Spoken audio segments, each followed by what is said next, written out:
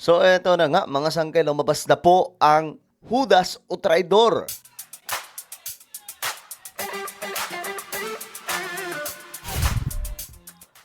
Okay, ito pag-usapan po natin. Mainit-init na topic mga sangkay, no? Usapang politika sa Pilipinas. Lumabas na po yung Judas di umano sa Senado o sa mga senador. Nakaraan mga sangkay, hinahanap po natin yun eh. Ngayon, pag-uusapan po natin ito dahil naging headline na rin po, right? Anyway, bago tayo magtuloy-tuloy sa mga hindi pa po dyan nakakapag-subscribe, ayan, tayo po ay 1.6 million subscribers na. Ang dami na po natin. Kaya naman, ano pa ang hinihintay mo? Makikita nyo po yung subscribe button sa baba ng video na to. I-click nyo lamang po yung subscribe, i-click ang bell, at i-click nyo po yung all. Sa mga nanonood naman po sa Facebook, i-follow nyo po yung ating Facebook page. Okay, mga sangka, ito, pag-usapan po natin.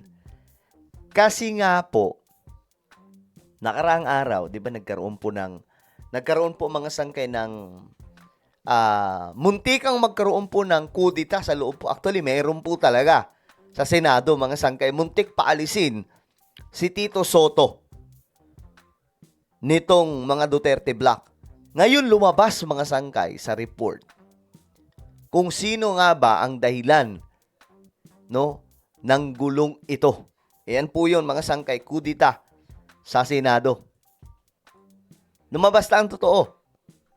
Ngayon, tignan po natin. Pero, ito yung pero. Okay, panoorin po natin. Itinanggi ni Senator Amy Marcos na nanguna siya sa tangkang kudeta sa Senado. Okay, itinanggi ni Senator Amy Marcos. Pero ito po yung lumalabas, no?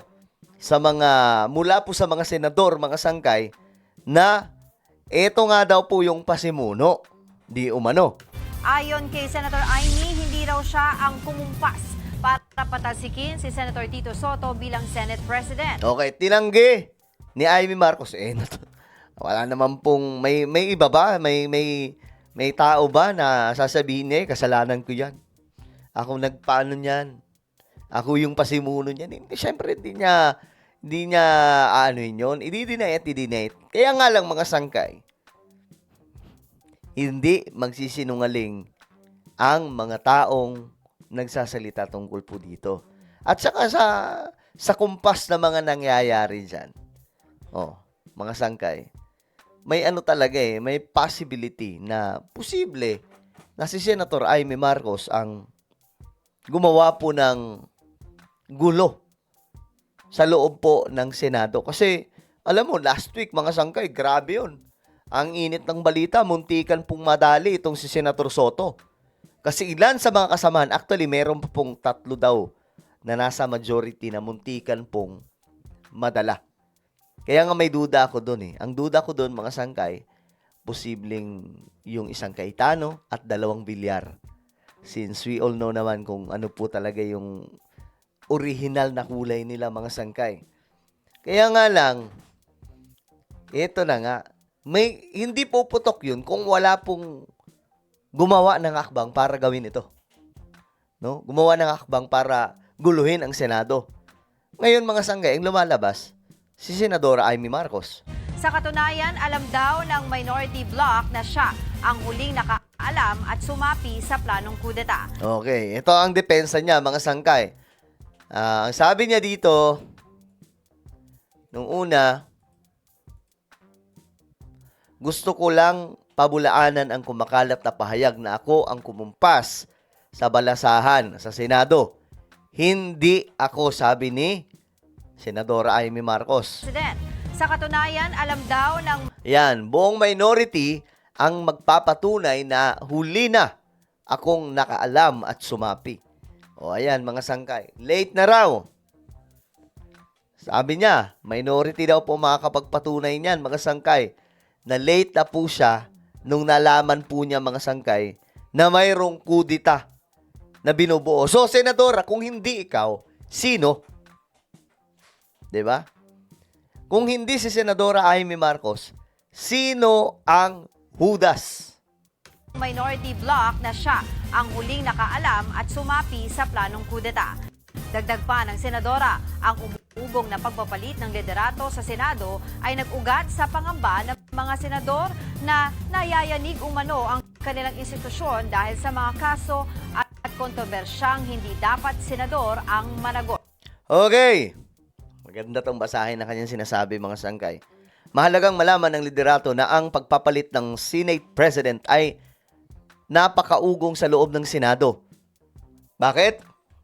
Ang reason, inamin din po niya, mga sangkay, dahil sa pangamba ng mga senador na nayayanig ang kanilang institusyon dahil sa mga kaso at kontrobersiyang hindi dapat senador ang managot.